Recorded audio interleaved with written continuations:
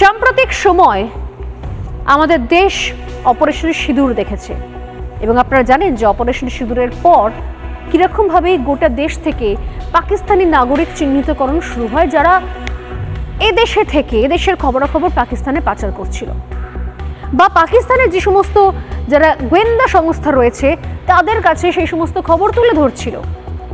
এবং এই খবরগুলো যখন সামনে আসছিল তখন জানতে পারা যায় যে কি ভয়ঙ্কর পরিসংখ্যান সেখান থেকে উঠে আসছে।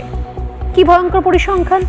একাধিক পাকিস্তানি মহিলা সেখান থেকে এসেছে এবং এসে তারা এখানেই থেকেছেন, এখানেই তারা বিয়ে করেছেন, তাদের বংশবিস্তার হয়েছে। অনেক ক্ষেত্রে এমনও হয়েছে যে তারা সন্তান সম্ভব অবস্থায় দেশে প্রবেশ করেছেন, অনুপ্রবেশ করেছেন এবং তারপর এখানেই তাদের বাচ্চা জন্ম দিয়েছেন। অর্থাৎ ভারতবর্ষের যেগুলো সাধারণ নাগরিকের অধিকার, সেই অধিকারে হস্তক্ষেপ করেছে, অধিকারে ভাগ বসিয়েছে এবং এই দেশের মানুষের করের টাকায় দেওয়া রাস্তাঘাট, বিভিন্ন প্রকল্প, তার সুযোগ সুবিধা ভোগ করেছে, সরকারি হাসপাতালে চিকিৎসা করেছে, কিন্তু মনে প্রাণে তারা থেকে গিয়েছে পাকিস্তানি। এরপরও যদি এই ঘটনার পর, আজকের পেট্রাপোলের ঘটনার পরে আপনাদের হুঁশ না ফেরে, তাহলে বলতে হবে শুধুমাত্র অপেক্ষা করে থাকুন, বেশি নয়, অন্তত পরবর্তী 7 থেকে 10 বছর দাঁড়িয়ে দাঁড়িয়ে দেখুন যে কিভাবে সর্বনাশের দিকে একটু একটু করে এগিয়ে যাচ্ছে।